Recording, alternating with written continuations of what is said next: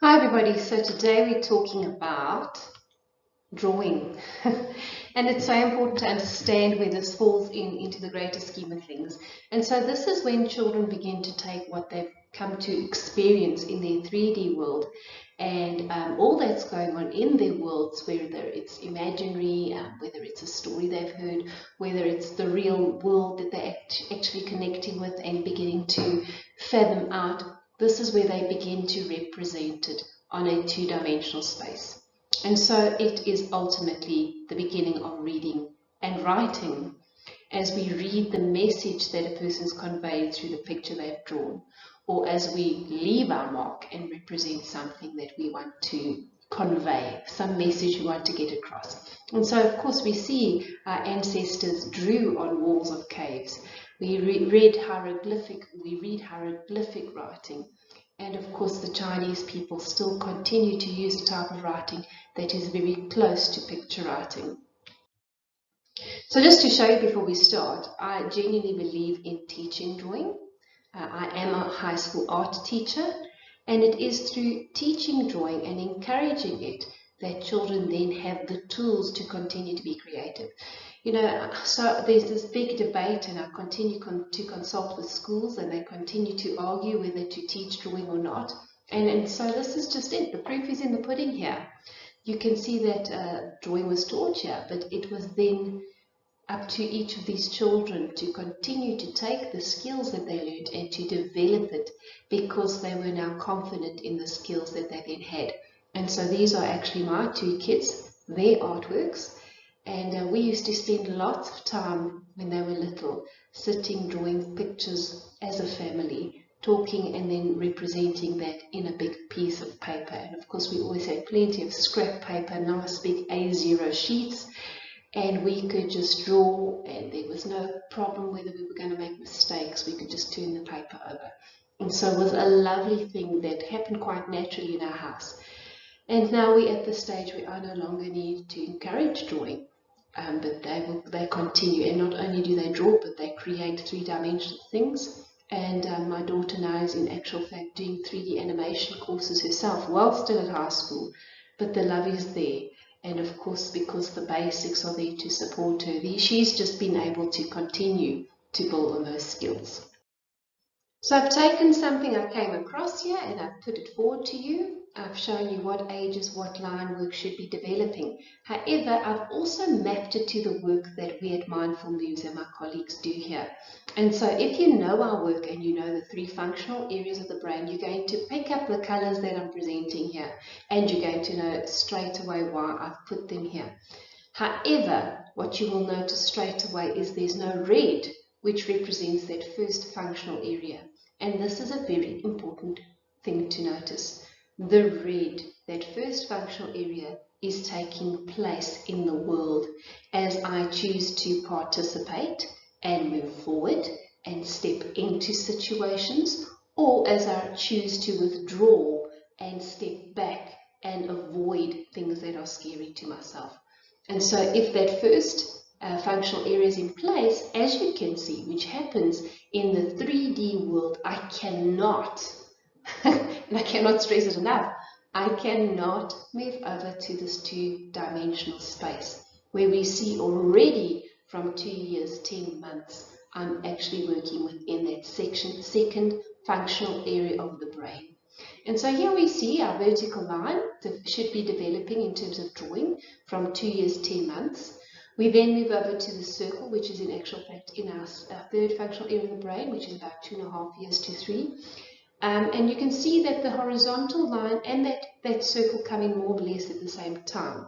However, I've presented it in this manner because what I need parents and teachers to see is while I allow this child as young as 2 years old and 2.5 to draw a vertical line and a circle, I have in actual fact begun to put things in place for the writing of the first letters of the alphabet, that being the Greek letters, the alpha and beta. We've also got Roman letters towards the end of our alphabet, interestingly enough, that have got many diagonals. And you're going to see, as we continue to look at this thing, that our diagonals only come in at about 4 years, 4 months. And so try to teach writing before we've actually got this child creating all these shapes, which can take them right up until 5 years and 3 months, is really a problem. What I want to show you here, which is also incredibly important. Can you see that the circle is a yellow shape? In terms of our work, it is a shape that crosses through 2 midlines. And so, when you start teaching your child to write in capital letters first, you are showing them that they can avoid crossing that midline. And if I have a child who, because I've seen programs out this, that want to start writing so early that they're prepared to teach the capital letters before they teach the small letters, and they claim that it's easier for the child to draw. What we can then actually see from this graph or this picture is that in actual fact, all that they've done is allow for a compensation where a child doesn't need to move smoothly through a midline. So at the ages of 6 and 7, where it is age appropriate to write, there should be absolutely no reason why I would want to teach capital letters before the small case letters. And so please, let's not jump the gun. Let's rather use this graph as a way and a means to indicate to us what shapes our children should be drawing, and concentrate rather than letters. Let's concentrate on getting these shapes in place before the age of 6 and 7. Another very important thing that comes up is this pencil grip, and as I do educational consulting, I often have teachers sending me pictures of pencil grips, absolutely panic-stricken because they are seeing this digital pronate grip and they freak out because it looks so wrong. Again, we have to understand, and this is I've put across in many of my courses out there, so please, if you want to find out more, get in touch with me. I'll point you in the direction of a course that can help you understand this and how it is that we work naturally with a child's development. What you see in front of you is the natural progression of the pencil grip. And I want to explain to you why this is. And so as we develop strength from our core first, and we develop coordination moving from our core out to the smaller muscles. As each of those then strengthen and become more coordinated, they can support the smaller muscles so that they can develop. And so we can see the first pencil grip, if I had to, yes, I'm looking at a pencil grip, but if I had to imagine that child drawing, that drawing would be actually coming more from that shoulder. And it wouldn't be so much the arm and the hand and the fingers moving there, but the movement of the arm that would be creating that shape. We then do want it to swap over to that pencil grip that looks so wrong, because in doing so now I'm beginning to actually get control of my then arm and forearm as I'm now drawing from a place coming more from my arm and forearm. As you can then see, the fingers then come in at 2 to 3, and now the fingers are engaged as I hold that pencil. And now beginning to allow for that control to come from, yes, from the arm and from more of the wrist now. From 4, we see the finger grip. Yes, it looks crazy, but what does it mean? It now means that my fingers are now strong enough to hold that pencil. I'm not relying on my arm and my forearm now as much, because they have developed. Now my fingers are needing to develop so that they can hold that pencil. It then goes over to the static one, and we see this about 4 to 6 years. And then to this dynamic. We then also, and this is very important to understand in our work, we've got 2 types of pencil grips. We've got a classic and we've got a hooked. Yes, the hook can sometimes become difficult to write like that, but it is a pencil grip. And in our work, when we see that, we begin to start seeing what side of the brain is my hand connected to as I write. And so that is a very important thing for us to notice, not correct, but to notice when working with children. So pencil grips that we don't want to see. So the first one, you can see the thumb is in actual fact resting over the fingers and not touching that pen at all, so not engaged in writing. The second 2, we can see that the pen is in actual fact between the 2 middle fingers rather than between the thumb and the index finger. The third one, we see that there's actually no holes. So some people talk about don't squish your ladybug, and we imagine a little ladybug in between our thumb and our index finger. And of course, in holding like that, we're then squishing our ladybug. To see a pencil grip like this represents that maybe we need to be looking at the palmar reflex that's out, but also palmar and Babkin's, but also here we see low muscle tone, and this person's relying on writing still with their hand muscles and haven't made that shift over to the finger muscles, the finer muscles there. And the last one, we just see that the thumb isn't even touching the pen, so the thumb is purely just not engaged in writing there. By 5, we need to know which hand this child's chosen to draw. If they are still swapping hands, we've probably got children whose midline crossing isn't quite in yet, or again, as I say, low muscle tone and reflexes we need to check for. We also need to understand how being left-handed or right-handed changes how we write. The left-handed child has got quite a few problems in the actual fact, because, well, in the fact that they are covering a lot of their handwriting as they write. So also that means that, you know, at a glimpse they cannot see what they're writing in context of that bigger picture. It also means that they often are working over their writing with that hand, which means it can lead to smearing and smudging, which is, as I say, or I think, a smaller problem as opposed to the one where a child who is right-handed is pulling and able to see what it is, the word that they're busy writing in conjunction to the sentence they've written while holding on to the thought in their mind. And so they can definitely, I believe, hold their train of thought a bit better. Also important to know that children need to be able to draw a lazy 8 as part of the school readiness test. What they don't show you is how important this lazy 8 is, and the fact that we are using it so much in our work because of that. And so what you need to do when you see a lazy 8 is you first need to understand that we've got a midline here on the page and a midline here. Oops, and I hope with my mouse I'm going to draw it nicely. I've got 2 midlines on this page. We need to start in the middle, and what we want to see is them going up to the left. Now they go round, crossing over, up, and this is the correct way to draw a lazy 8. Now, although this is in our school readiness test, I'm sure many people haven't been taught about the correct way to draw a lazy 8. We want to see that these children have been able to cross every single midline on this page.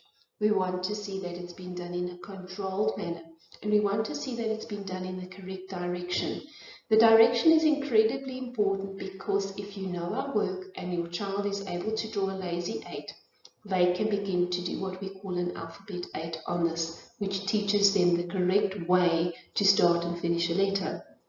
If I have this knowledge, it means then that my writing will flow, that cursive will be easier to learn, and if my writing can flow and is supportive of my writing supports me, I can then allow for what I'm thinking to flow much more easily from my mind through my hand onto the paper.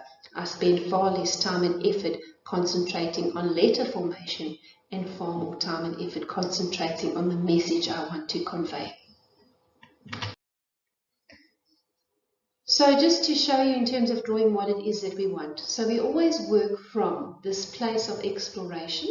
So we can see in this picture, very kinesthetic. It's all about experimenting, using different colors, using different medium. But already within this uncontrolled scribbling stage, we can see this circle and we can see a horizontal line.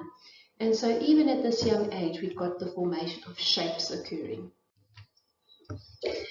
It then moves over to controlled scribbling, and children are able to start giving their scribbles name, and already at this stage they understand that I can represent or convey a message by creating a mark on a piece of paper. From here it is we want to start seeing things that they're trying to draw. So this is called the pre-schematic stage, and in this picture you can begin to see what looks like a person. We also refer to these as tadpole men or sun men, and this age we want to see about 2 or 3 4 maybe, but definitely not going on into 5. And when I say 4, you're looking at that little yellow person there, who yes is missing some detail, but I can definitely see what is the thing they're trying to present on paper. Schematic stage, and this is the stage where we test our grade R's to see if they're ready for grade 1, and I'm going to show you soon that this is in actual fact a part of our school readiness test. But here we can see all parts of the body, we can see well represented. Sometimes we've got things missing like ears and arms for some reason. Children often forget their arms in pictures. And obviously if you want to go into all of that, we don't do that, but of course there are many courses, I'm sure that psychologists do, where they try and fathom out as to why. For us, it's also about body recognition, body awareness. It's about the space on the page. Have they been able to plan their space nicely? Here we can still see some unrealistic stuff in terms of color and that, but really well controlled, strong line work. Lots of creativity coming through here in terms of the extras that have been added, the buttons, the patterns, the hair bubbles, their long hair. And so this is where high heels in one, that we can see true creativity, where they've taken what they've learned and now they're adding to it because they're confident enough to develop those skills. So here you can see the school readiness test requires a child to draw a detailed drawing of themselves. And so if you had to count, then we're looking at details as well. If we had to count each of these, up to 36 details on these drawings. So just to show you how in drawing shapes and making sure the shapes are in actual fact in place, I can draw a person. And so when I teach children to draw people, we look at ourselves, we look at real life, we draw on experience. We ask, do we look like a stick man? Remember, a stick man is in actual fact an abstracted version of a person. So that's really quite far from reality. So we look at our body, we discuss our body, and then we start. I like to start with the rectangle for the body in the middle of the page. Some people use an oval. The reason why I like a rectangle is because straight away, once I've got a rectangle, I've got a place where my shoulders and arms are going to come out, and then I've got a place where my legs can come out. From there, I can then either way decide, am I going to draw my feet first, am I going to draw my arms first, but I've planned my space, so I'm not going to be in danger of running out of space there. You can see we talk about the nose, and we feel the nose. The nose is a little bump, we've got 2 nostrils. We look at our eyes, we see that our eyes aren't just circles, but that we've actually got colour in the middle of our eyes. And all people have eyelashes, boys and girls. We talk about eyebrows, we play around with them, we see what expressions we can make. We count our fingers, we count our toes, and you'll notice in this picture, our hands or our fingers don't come out the bottom of our arm. We actually draw a circle which represents the palm of my hand. And of course, I need to bring awareness to these things, where I show or draw kids awareness to, so they will begin to look for themselves and acknowledge what is there and become more observant. So going on from primary school, you can see the beautiful kinds of drawings children will then continue to do. And here we see children have begun to understand overlapping. They've begun to understand size. They also draw what we call X-ray drawings, where in certain parts you could see through, whereas other parts you can't. And so we can see a greater understanding for this layered thing, that even though things are covered up by things overlapping, it doesn't mean that things aren't happening behind there. And so we understand these children's understanding of the world has also developed. So again, going back to that concrete, taking how I move in space over to my page here. This again from a very important course that I've put out there. I've put this out in Teaching Grade R overview. We can see as I move next to, beyond, in front, behind. So I begin to understand space, and that can then be translated to my page, where I've got the top of my page, the bottom of the page, the left, which I represent as green because that's where we start, and the right as red because that's where we stop in terms of writing. I establish those colors very early in a lesson or in teaching, because in English we start from the left and go over to the right. That's a man-made rule that has to be taught. In other languages, in other countries, they in actual fact start on the right and move over to the left. And so we want these children to be able to move in all ways through all midlines and understand space and direction in its entirety before we can take that understanding over to the paper. So just to represent those midlines on the page, and then of course to see where would up be on the page, where would down be on the page, where would left be on the page, and where would right be on the page. And also to understand that I can turn my paper. And so when I'm drawing somebody who's long, a person who's long, I might turn my page long ways. Whereas if I'm drawing a dog or something that is more wider than long, I'm going to be turning my page landscape.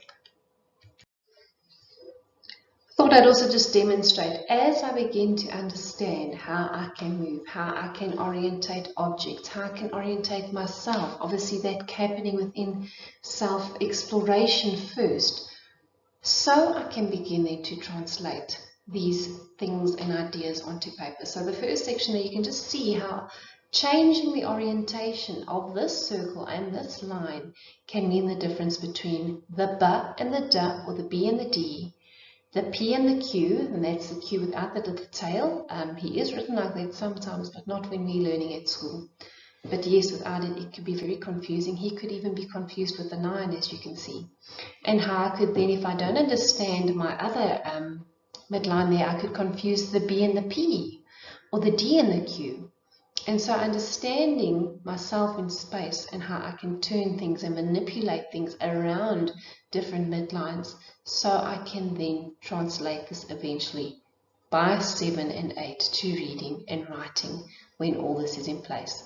It's also, as I say, really important to understand if I can't move between these midlines yet, it's going to be very difficult for me to write. The number 1, yes, is moving through 2 midlines. The number 2, even more so. The number 3, even more so. And then we get to our letters like A, B, C, A, B, and K, if you're teaching it correctly, the sound. And so we see we absolutely need to start in real life where these children are able, on a gross motor level, able to move through these 3 midlines, and also able to orientate themselves and understand upside down, right way around, on their side, in order to understand later reading and writing. Just thought I'd also take this opportunity to show you. I draw a line, let me draw it here, and I draw a circle. And all of a sudden I've got an A. I draw a line, I draw a circle, and all of a sudden I've got a B. I draw half or a little bit of a circle, and all of a sudden I've got a K. I draw a bit of a circle, I draw a bit of a line, and all of a sudden I've got a D. And of course this can go right through up until our end letters, where I need to draw a diagonal and a diagonal, and I've got a V. Oh, or I've got a W. Let me get my pen. Or I've got a W.